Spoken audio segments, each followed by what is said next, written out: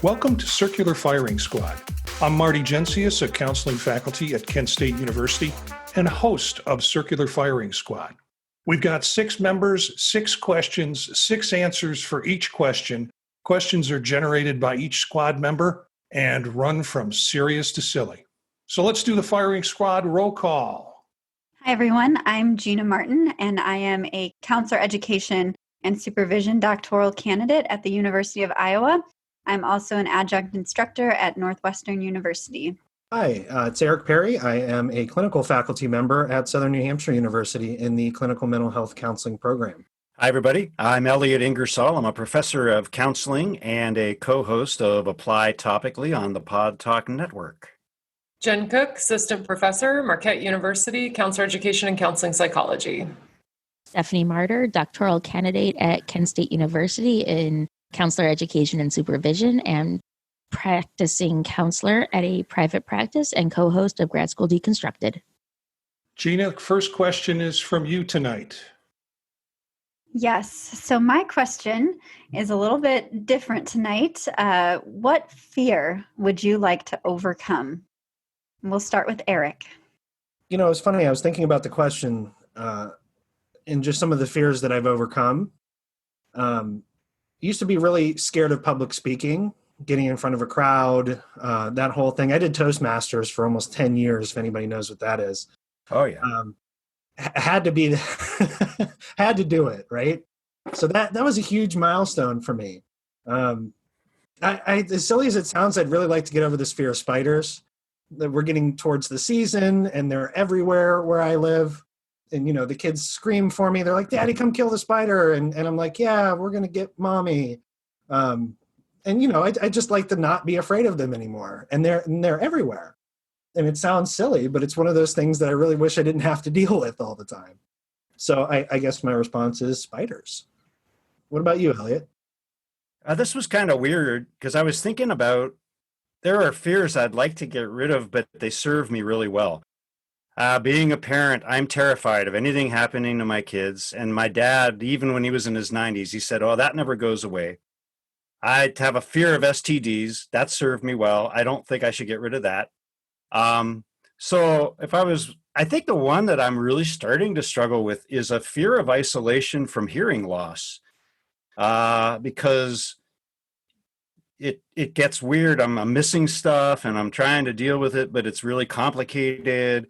And I know my dad, he was one of the smartest people I knew. And, you know, when he could do one-on-one if I was speaking with my singing voice, you know, but he missed a lot and he was so alive and he really wanted to take part. And I just like, I think I would like to get rid of that fear and, you know, just learn American Sign Language, I guess.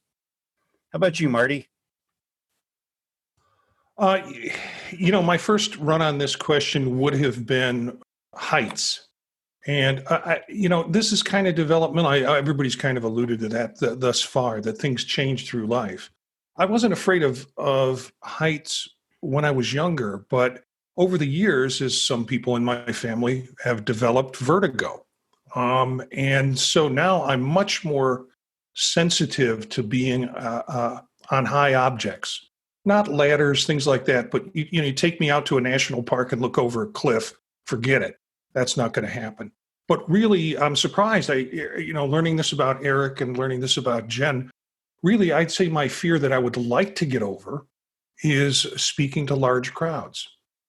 I can teach in the classroom and riff my way through that and have a lot of fun with it, but have me stand in front of a large group of people at a banquet and I'm terrified.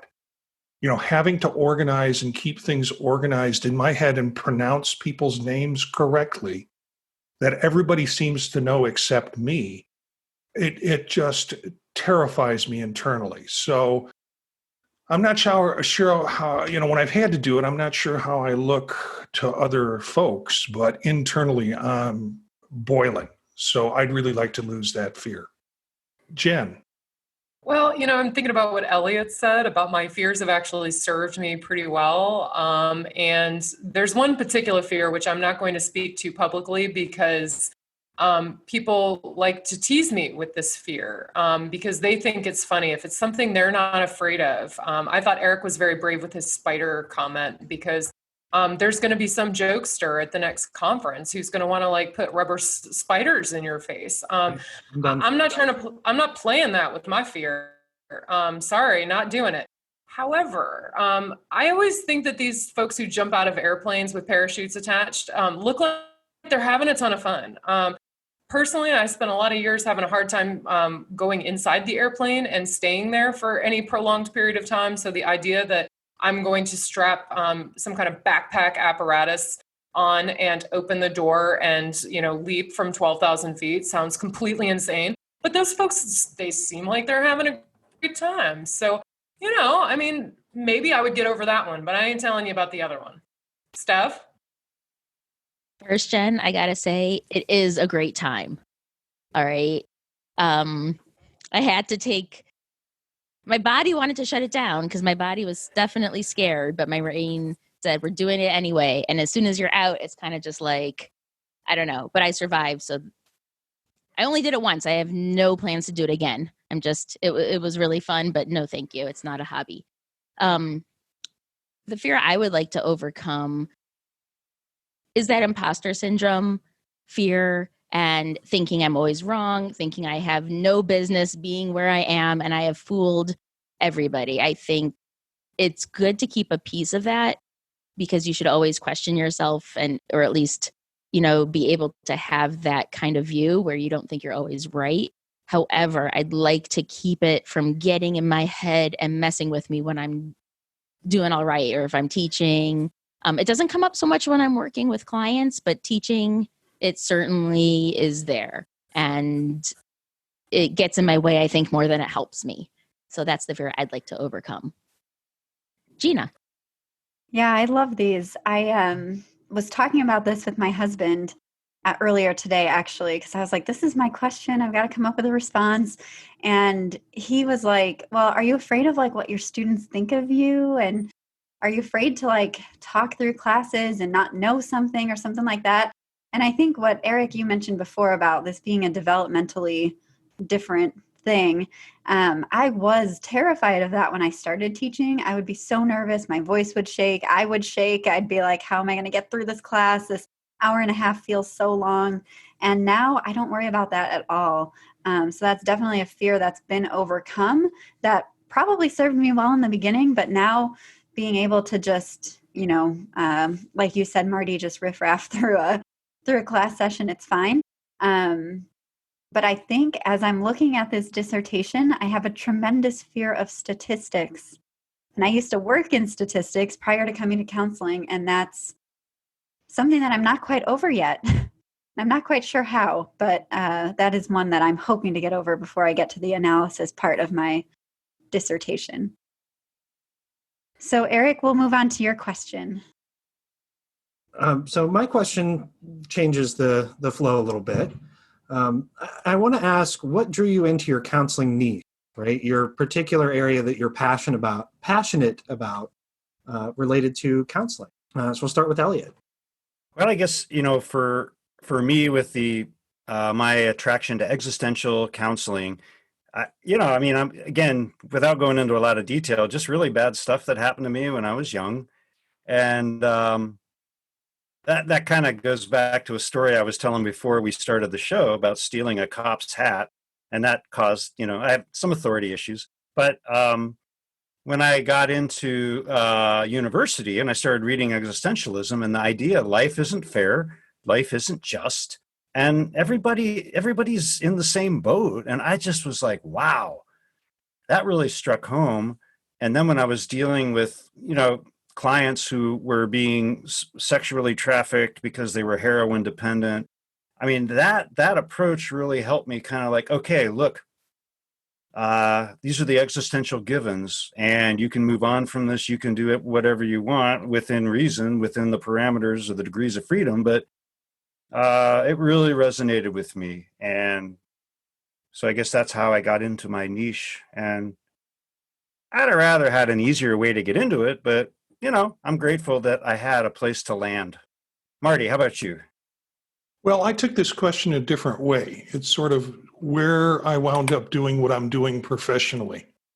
And for me, that is technology and its application to counseling. I had gotten my master's and had been working in counseling for a while I was getting my master's. And after I got my master's, went full fledged into radio. And the first place I worked at, the billing clerk was sick. And they said, well, you have a master's, so you can figure out how to use a computer and do the billing for this month. So I worked my way through it. And then when I went back for my doctorate in 1990, I told Aileen, if I was going to write a dissertation, I was going to need a personal computer. That was a lie. I wanted a computer. During my doctorate in 1994, started CESNET and doing the counseling listserv, and that brought up a lot of notoriety and attention, and people started getting involved in it. So then I became the tech guy, and I started getting a lot of requests for tech. After that, it was a matter of just me chasing myself. It's like, what's the next best thing in technology? So I've been playing around with this for a while, and it's an excuse for me to buy all the toys I didn't get when I was a kid. Jen? Yeah. So, I mean, this is kind of a hard question because I always feel like this is our lives. Like our counseling is part of who we are. Our, they talk about me search for research. I would say that's definitely true for me. But I hold very tightly to a humanistic perspective, whether that's related to my teaching, my service, my research, the whole nine. And so I love showing up for people. And I need to remove just from that. I really love showing up for people and letting them be who they are and allowing them to be fully human in whatever ways that means for them. So I would say that, I was kind of the oddball kid. I know, surprise, surprise, everyone's shocked by this. It's kind of that oddball kid wearing the wrong clothes and, fitting in with the kids who are also the oddballs. So I love showing up for the oddballs, I guess. And the ordinary is hard for me.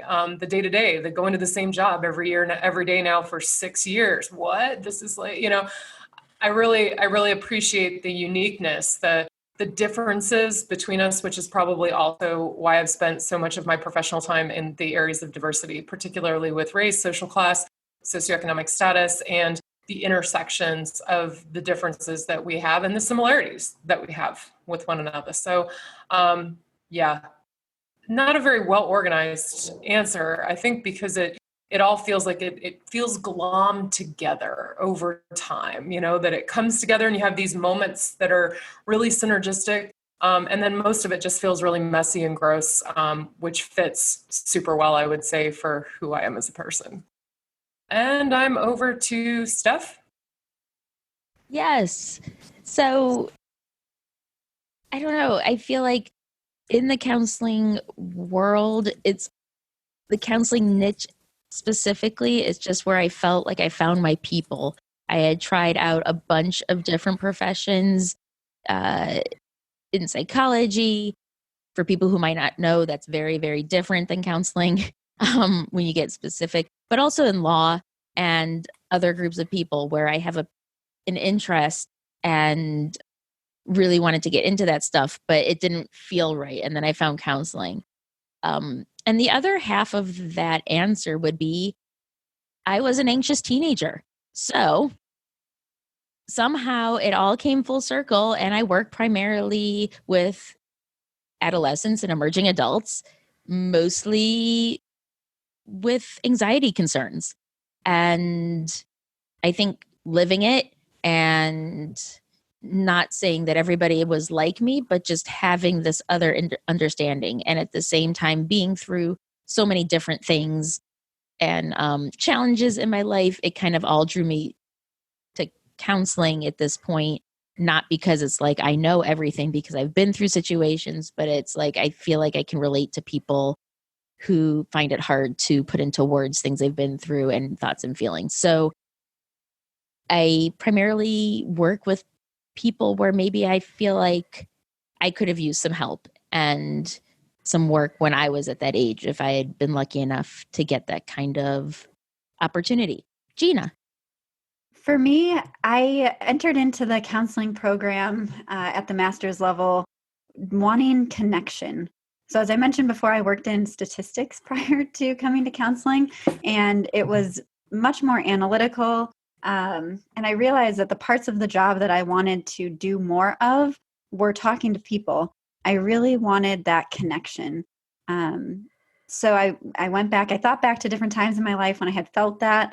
And some things that stood out to me were instances where I was leading small groups, doing things with people, where I was able to forge that connection with others. So I went back and pursued my counseling master's. And it wasn't until I entered into my practicum and internship experience that I was kind of thrown into the deep end with seeing children and adolescents who had experienced trauma. And when I initially went into counseling, I wanted nothing to do with trauma. I thought it was going to be really difficult. I thought it was going to be tolling, taxing, emotionally draining.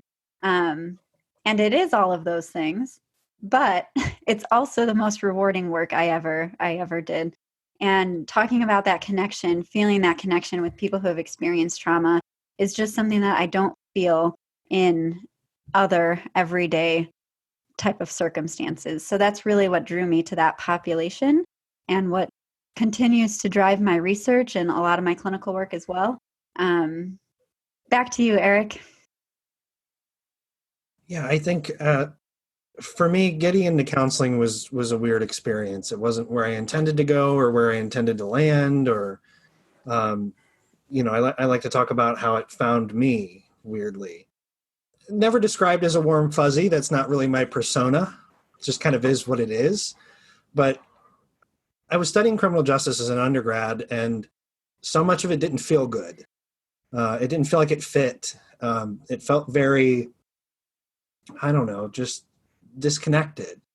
I had this want to be really helpful to people, and I didn't feel like this was my way to do it. So I found counseling as, part of my work in the criminal justice field for another reason. But what drew me in and what kind of kept me attached to it was, this feeling of really being helpful and engaged, and in a way that's, decidedly humanistic, right? That is the backbone of counseling, that this humanistic piece that seemed to just make things fit together. I think what's kept my interest and where my niche has kind of come from is similar to Marty's. I've been, really into technology for a long time, always been really tech savvy, really excited to kind of try the next thing and do the next thing. So it's interesting to bring those things together and to see kind of where my career has moved from here. And I can imagine both of those things will keep me here for a long time.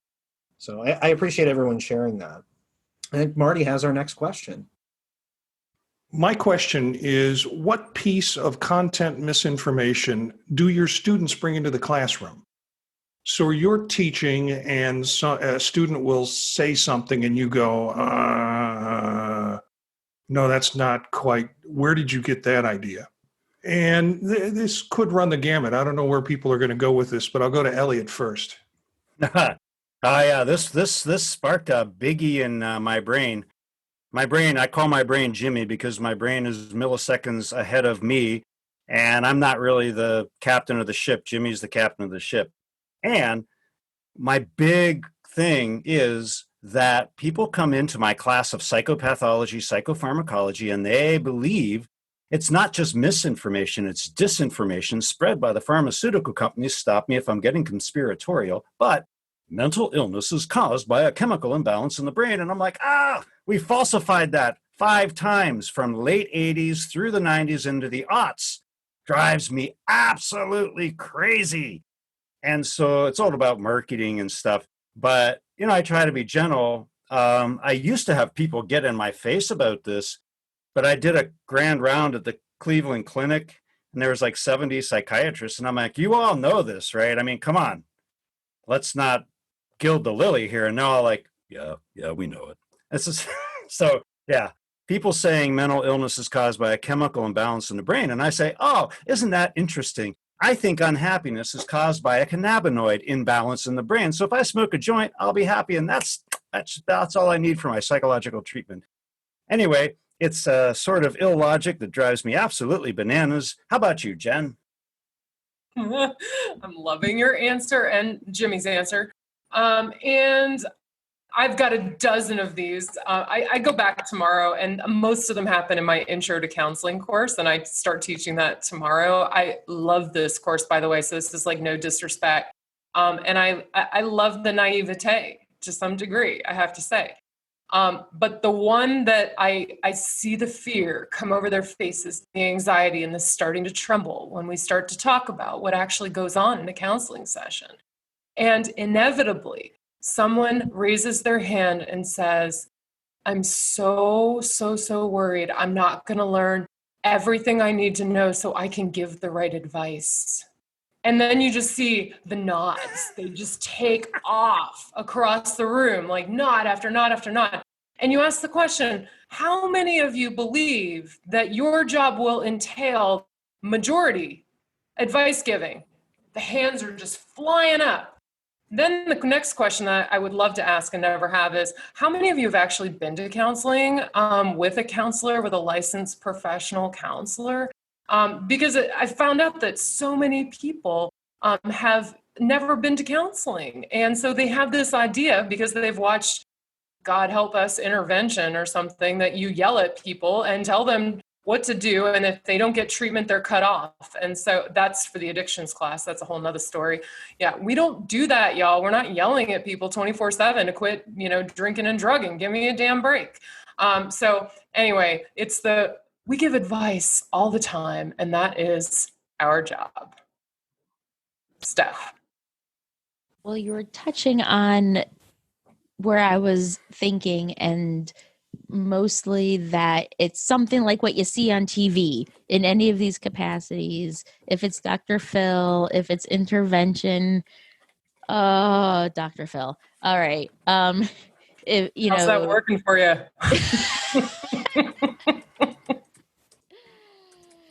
Oh, okay. So, right. And or any of these programs, and coming in and thinking that's what we do and that's the appropriate way to interact with people, and just kind of not knowing what to do when they see boundaries being crossed, inappropriate things, people pushing their beliefs onto others, and all of that. And sometimes it's not even realizing that's what's going on when they're watching this. So that just some of those intro skills and stuff. So I'm really grateful there are instructors like Elliot and Jen out there to help set these students straight. Gina. I love these. I see so much truth in all of these. Jen, similarly, I also teach the intro course, and I love it. It has such a special place in my heart. But we do a role play in that class, and the advice is highly prevalent. And with that is, and how does that make you feel? Thank you for sharing.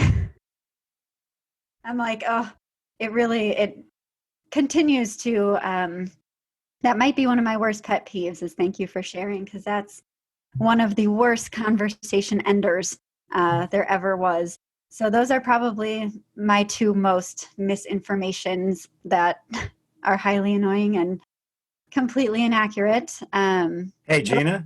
Yep. I'm wondering if I'm sorry you feel that way could compete as the worst conversation ender. I think so. Again, I talk about connection a lot, and these responses just don't drive connection, right? I'm sorry you feel that way. Thank you for sharing. Just puts up that wall immediately. So I think that's the biggest thing. Yeah, Jen. I actually forbid them from saying these things. And I don't let them ask questions for like the first 4 weeks of skills groups because of this exact problem of like, I'm going to solve your problem. They're actually not allowed to problem solve the entire first semester. They hate me, of course. While thinking I'm crazy, they hate me. But I want them to learn to use those advanced empathy statements. Like, how does that make you feel? I'm the counselor. I should be able to hear you and do it. Right. Mirror neurons. Uh-huh. Lean into Anyway, that. I needed to jump in on that one because, yeah, just needed to jump in on that one. Totally. How about you, Eric?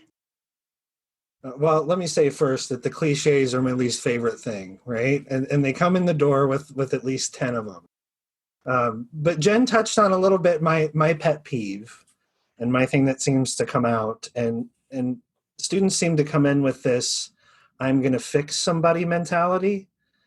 And it's, okay, so how do I fix the client, right?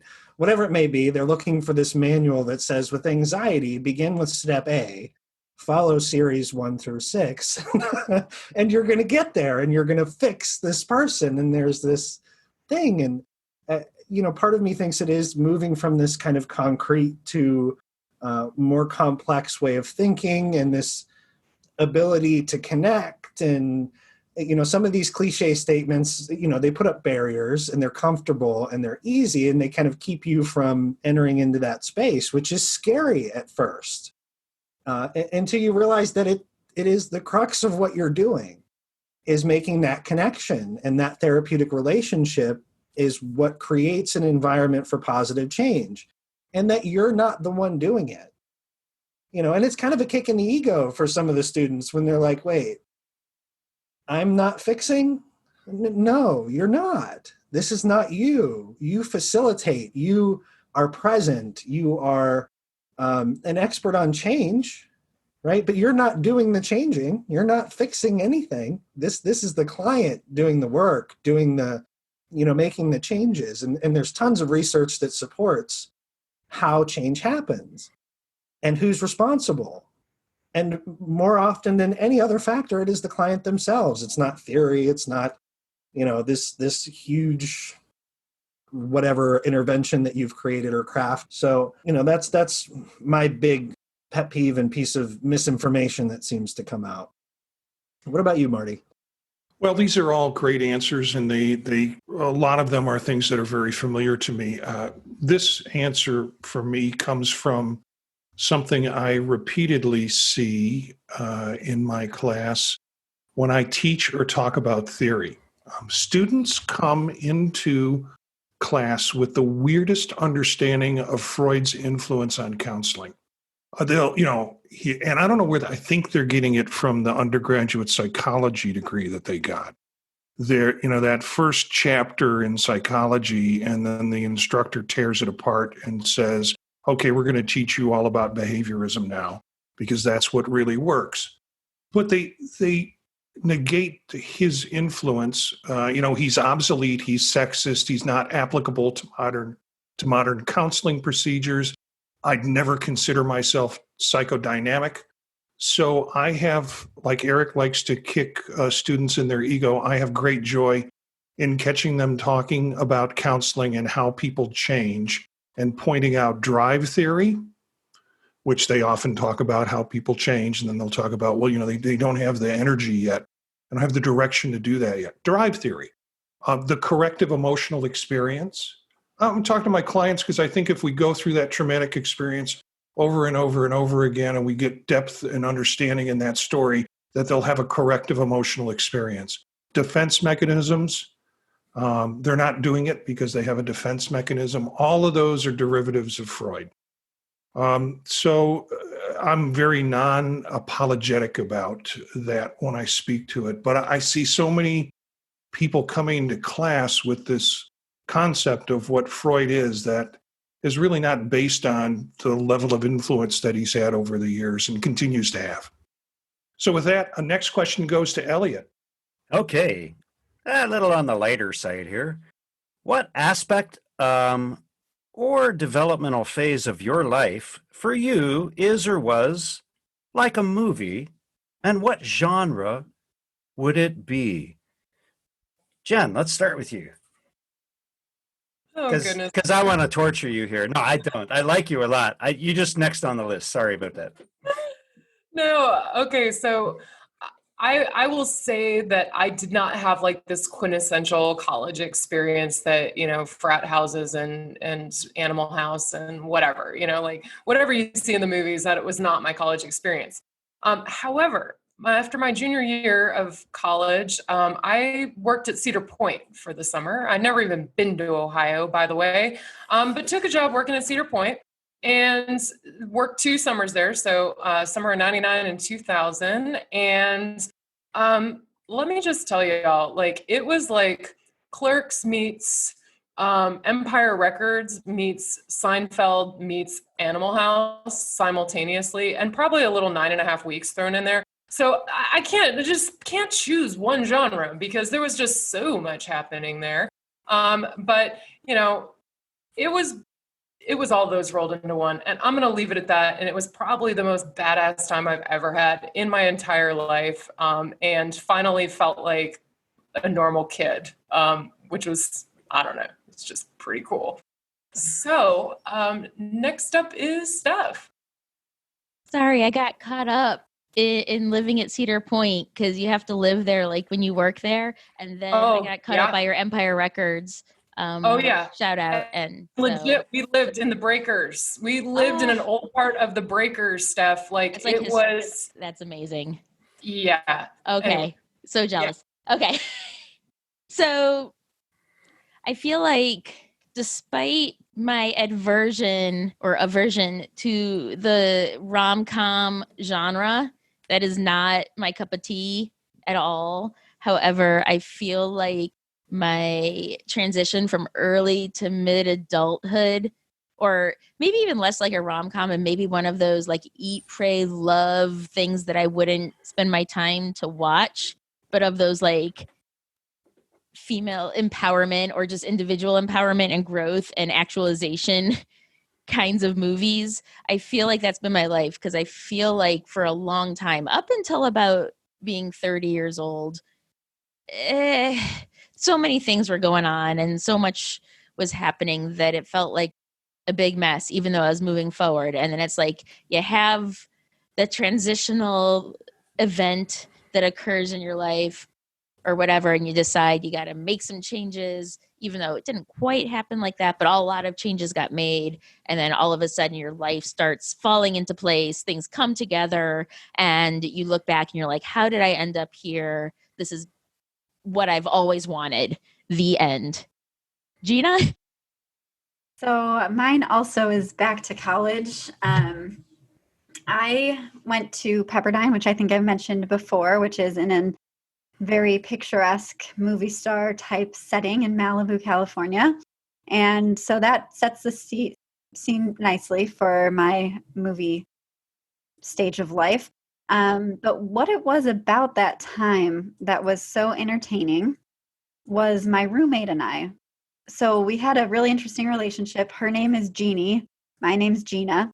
And we were like Thelma and Louise, like Lucy and Ethel on I Love Lucy. And we just kind of played off each other really nicely.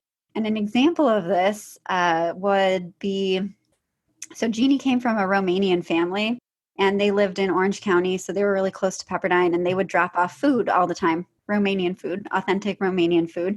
And her mom would always instruct her to give it to the other Romanians on campus. Because they all knew each other. It was kind of like this whole California thing. They all, all the Romanians know the other Romanians. So one day it was close to Christmas time and we were feeling a little nostalgic. So we set up some Christmas lights across our little patio in our dorm room. And they were just slightly too taut across the walkway to connect to the, electrical plug-in outlet. And so we were like, oh, that's okay. People will watch where they're going. It'll be fine. No one will trip on this. Totally fine. So we go inside and then we get the Romanian food and we go out to deliver it to the other Romanians. And we walk out across that walkway. And sure enough, we were the ones to trip over the cord and cause a massive scene. Jeannie cut her lip and broke a tooth. And I threw my phone and it shattered. And it was quite the ordeal. And this was 15 minutes before our final exams. So that would be a brief snapshot into the comedy of my college experience. Turn it over to you, Eric. My experience, in just thinking about this question, it brought me back to early middle school years, which I would describe for me as something between Leave It to Beaver, Dennis the Menace, and something in the horror. No, Falling Down with Michael Douglas, if anybody remembers that. If there's a early elementary school version of that. I was kind of a terror and just really hyper, really energetic kid, and I was into all kinds of stuff, and had been carried multiple times away from chaotic situations in my Oshkosh jean coveralls by my grandmother for doing something inappropriate. This says anything about my grandmother, she could pick me up by those with one arm and just scold me with the other. But it's immediately what it made me think of was that period of my life it kind of best describes the movie, because for me it's really good memories, and I know I was getting into stuff. It wasn't this terrible stuff, but the getting into trouble and it being really kind of minuscule things or things run-of-the-mill kind of stuff, nothing serious or nothing dramatic, but also a really fun period of time for me. What about you, Marty? For me, I would say probably again college. I had moved out of Chicago. I lived in Chicago as a teenager. I went to Chicago public schools and was kind of happy to get out of that environment. I was able to go away to college and move in a dorm. So college for me was 1975 to 1979 in my undergraduate. We had gotten through the 60s, and going to college at that time, we had all the benefits of what came from the 60s. But in the end, you still kind of have to find yourself. I started volunteering with a drug hotline. That got me interested in counseling, and also taking trips to poverty areas and wanting to make change.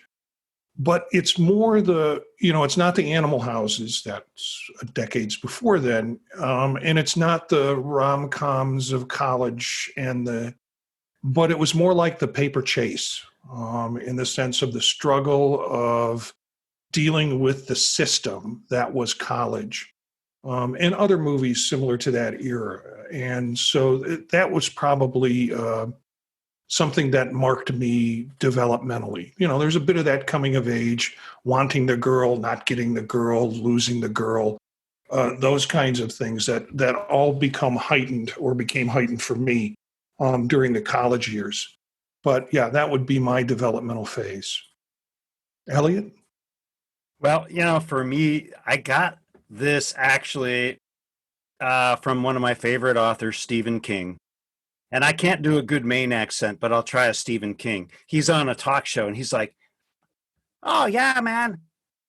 Old age. It's like a horror film. It's a horror film. I mean, you look in the mirror and things are wrinkling and crinkling and falling off. And it's a horror film. You injure yourself in your sleep and you don't know why. It gets better the next day. You don't know why. It's a horror film." And I was like, yeah. I was like, I had the ship of self running full throttle until age 54. And then I blew the boilers and everything just fell apart. So that resonated with me. Next question goes to Jen. All right. So I am bringing it back to the classroom with my question tonight. What would students say is your catchphrase? Steph. This is hard. I am a budding educator and instructor, and while I have instructed in a lot of, under 10, but more than 5 courses, I'm not sure I have developed that catchphrase enough, to something regular that I fall into that students would be like, that's Stephanie.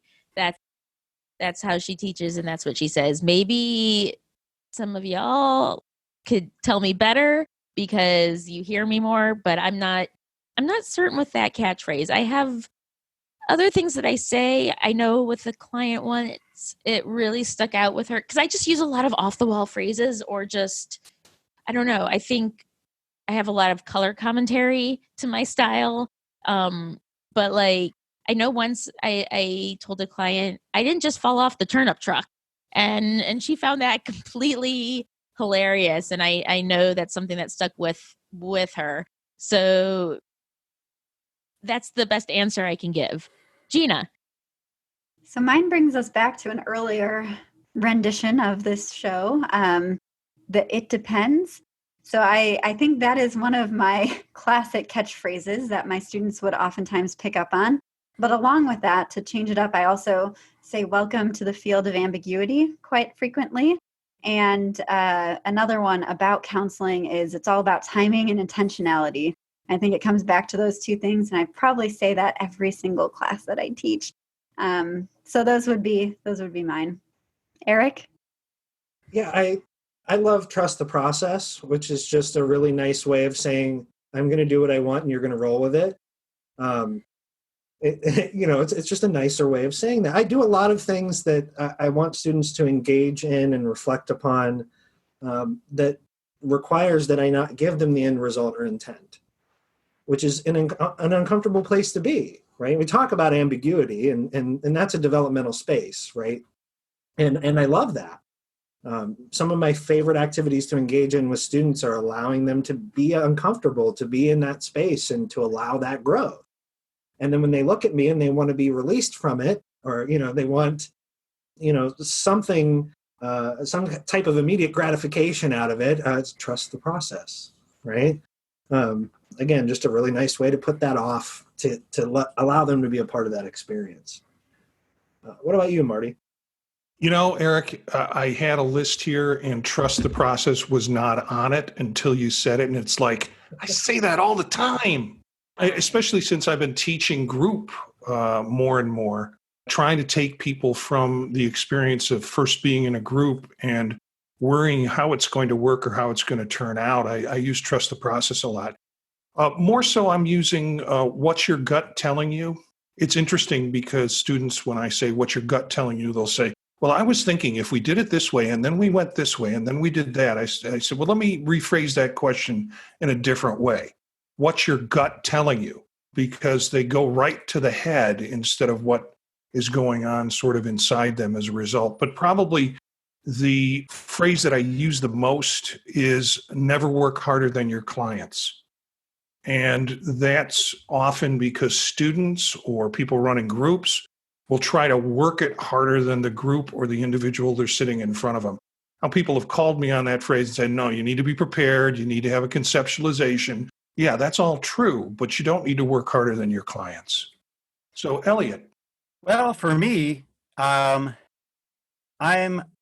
always contrasting what we aim to do ethically and properly as counselors with what pop psychology and what I would call for-profit prophets are also trying to do to make money and kind of just stick themselves in people's bank accounts. So I will give what I think the ethical, proper way to deliver an intervention is, and then I'll say anyone with straight teeth, a little charisma, and no conscience can make a lot more money than that person, though. So just bear that in mind.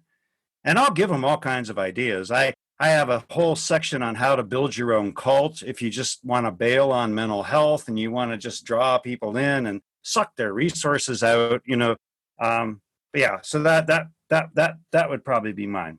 How about you, Jen? Well, it's funny that we're getting some shout outs to trust the process because I intentionally never say that. And it's because as a first gen student, I never trusted the process. The process was always so damn weird to me and so bizarre that I could never trust this process of higher education. And so I think that's my first gen, kind of voice coming through of I've never been able to trust this process. And especially in higher ed, because it was just so wild and out there and very much outside of myself. But I realized this summer when teaching online and doing an asynchronistic course attached to my microphone like this, just sitting in the exact same chair where I'm sitting right now, I would consistently say, and I finally caught myself, I was saying, this is really important. This is really important. Oh, listen, okay, y'all pay attention to this because this is really important. All of a sudden, everything was so important. And I think it was some kind of weird thing because I wasn't seeing these folks in person or something that, they couldn't tell from my face or my voice what was important. So I had to make everything important. But when I'm in person, one of the things that talk about a lot is I'm always bringing it back to ambiguity tolerance. And I had one cohort probably 4 or 5 years ago who decided that every time I said ambiguity tolerance, they would do jazz hands. So every time I said ambiguity tolerance, I would see jazz hands pop up across the room, which was pretty fabulous. And this was probably a cohort who was raised on Glee. So of course, like they were jazz handing all over the place. But I also say a lot, and they get irritated with this, which is, does that make sense? When they're glaring at me and they look glazed over and I'm demanding response. And on to our final question coming from Stephanie. All right, back to the lighthearted anyways. What song are you listening to on repeat, or what song are you avoiding because it's too on the nose? Gina. So this one brings me back. It's not actually from current times. It brings me back to a particularly dark time in my life. It was right after my husband and I got married, and we moved to the suburbs of Chicago, and we were commuting down to the University of Chicago where we worked, and it was a 2-hour commute in bumper-to-bumper traffic, one way, so 2 hours back too. And we were pretty much at our wits' end with that commute, and we didn't really love what we were doing, and it was one of those, first entry-level jobs type of situation. And we would sit in the car in bumper-to-bumper traffic, and we'd be so exhausted because we'd have to wake up super early, and then we'd be at work late, and then we'd have the traffic drive home and go to bed and do it again the next day. And this was at the time that song, Happy, was really popular. And so we'd have the radio on, and we'd both be exhausted and sitting there. And all of a sudden, it would be, 'cause I'm happy. And my husband and I would just look at each other, turn the radio off, and keep driving. And sometimes we'd blast it and roll the music or the windows down and keep going. But though that was the particularly awful time in our life that had that song as the soundtrack in the background. So we continue to avoid that soundtrack. Eric? Listen, I'm laughing not just because it was a horrible time, but because that song is now like, it's going to be an earworm. I'm gonna need at least 30 or 45 minutes of music before bed, just so I can get something else in there. My song right now is Bang by AJR, if anybody's ever heard it. It's kind of a poppy song. It's getting some radio play right now. I think it fits me really well. Just the lyrics and everything just fit where I am. I'm too young for some things, too old for some things. I don't feel like I fit real well here. We're trying to have a party, but it's on a budget. You know what I mean? Like the whole song just fits. And it's kind of quirky and different and just caught me right now. So I have that one at the top of my playlist at the moment. What about you, Marty? I didn't think about this as my theme song or something that, I carry with me. I think of sort of the song that got stuck in my head. And songs get stuck in my head for strange reasons. Aileen and I were driving around, and we passed a street called Sexton Street. And Aileen said, Sexton. Sexton, was that the name of somebody? Well, probably, yeah. But what is its meaning? And she said, well, is it a nautical device? No, that's a sextant. It's the thing that you use to get the arc going, and to plot if you're on a boat. But there is the word sexton, which is the person who handles graveyards at churches and rings the bells. And from that popped into my head Charlie Sexton. And I was like, oh, Charlie Sexton. I remember playing a Charlie Sexton record a long time ago when I was on radio, and now I can't remember the song. So I immediately, when we finished driving, I got home and Googled it, and Beat So Lonely from 1985. And it has just a good rhythm to it that I think I dropped Aileen off somewhere to go in, and I listened to it, and now that's stuck in my head, and I can't get it out of my head. All these songs, unfortunately, we can't play bits of them during the podcast, but I think in the show notes, on circularfiringsquad.net. I can put links to the YouTube videos on the songs that come up. But you should give Charlie Sexton Beat So Lonely a listen to. Elliot? Yeah, there are so many, but yeah, I had shared with the squad recently. I had lost a very, very old friend, and I've been listening to Rush, Time Stands Still, over and over. And the lyrics freeze each moment a little bit longer, each sensation a little bit longer. It's just like he says, I'm not looking back. I'm looking to the present, but I want to look around at everybody who's around me. And it's just like, my ADHD brain is like that, and it kind of like needs a beacon. And right now that song, Time Stands Still by Rush, is the beacon for, dealing with the loss of a friend. How about you, Jen? Well, I have been vacillating between hope and anger pretty regularly, I think, during the COVID situation, and particularly with going back on campus imminently. And I vacillate between two songs in my head. And ironically, I don't think I've listened to either one of them, but I will hear them in my head distinctly and walk around my house singing them. And, you all have heard this from me before. I've got no problem walking around my house singing weird lyrics and sometimes making up new ones, So one of them is this song from the 90s about the roof is on fire. It was a terrible 90s club hit, but that comes in my head when I'm feeling really angry. I'm just, the roof, I'm just kind of going around. But then when I'm feeling a little bit more hopeful, another one from the 90s, Chumbawamba, I get knocked down, but I get up again. Get up again. Never gonna keep me down. Yeah. Come on now. So they've been playing in my head. I probably have them on my iPad somewhere, but I haven't actually tried to find them, I guess, because, the sound is so real in my head. So I'll need it. Back to you, Steph. So thank you, everybody, for sharing the songs that have either been vacillating in your head or did vacillate and bump around in there for a long time. So for me, I was thinking, I kind of mirrored Jen a little bit and going back and forth on these songs. So a couple months ago, it was Last Wave by They Might Be Giants. We die alone, we die afraid, we live in terror, and so on and so forth. But it's really catchy.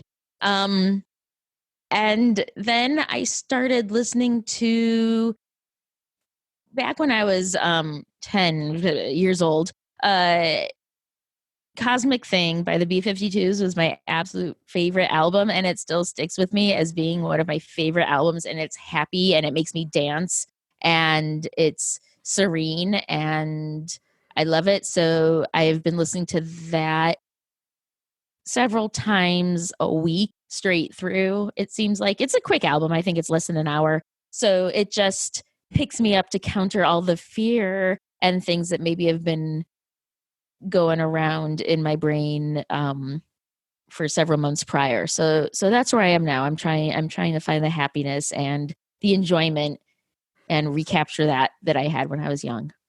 I think we're getting ready for the final shot. Yes, this is that was the last question. Final shot. Question is beach or pool? Gina? So this one, going back to college, after we had strung those little Christmas lights up and all that, our dorm actually looked out over the ocean. So we were real close to the beach, and I loved that, but I hate walking on the beach. So I'm going to have to go with pool all the way, though looking at the beaches is better for me. Eric? It's beach 100%. If anything, just for the sound. Knocks me right out, calms me right down. It's beach, hands down. Elliot? For me, it's being at a pool with a Stephen King novel in my hand that is sitting on the beach so I can have the sound. But if I go in the water, I don't have to be eaten by anything that is carnivorous. Beach, y'all. 100% beach, but I would have chosen jacuzzi if it wasn't a pool choice. Steph? Beach. Although there's something really refreshing about a pool at sometimes, beach is my happy place. That is where I would live. And if I don't get there at least once a year, I am sad, frustrated, and want to hit things. Neither. Both of them bore the heck out of me. If I had to, it would be beach, and it would be because Aileen dragged me out there to walk up and down on the sands. I've lived in 3 beach towns, worked in 3 beach towns. Sitting at a pool, reading, I want to be inside on a couch in a nice air-conditioned room. Beach, reading, lying down, getting a suntan, who cares? Sand blowing around in your eyes, in your food, whatever you want to do. Neither. They both bore the heck out of me. But I do like walking on the beach with my wife. So let's review what we learned today. Elliot, we learned from him that Jimmy is the captain of his ship. From Gina, we learned that all Californian Romanians know each other. Jen wants to be secretly dropped out of a plane. Stephanie did not just fall off a turnip truck. And Eric likes to kick students in the ego. Thanks for the squad. Gina, Eric, Elliot, Jen, and Stephanie. Look for some of these characters on their podcasts on thepodtalk.net. You can find out more about them at circularfiringsquad.net. Our theme music is from Menage a Quad, Real Swing Shet. That's it for this episode of the Circular Firing Squad. Ready, fire, aim.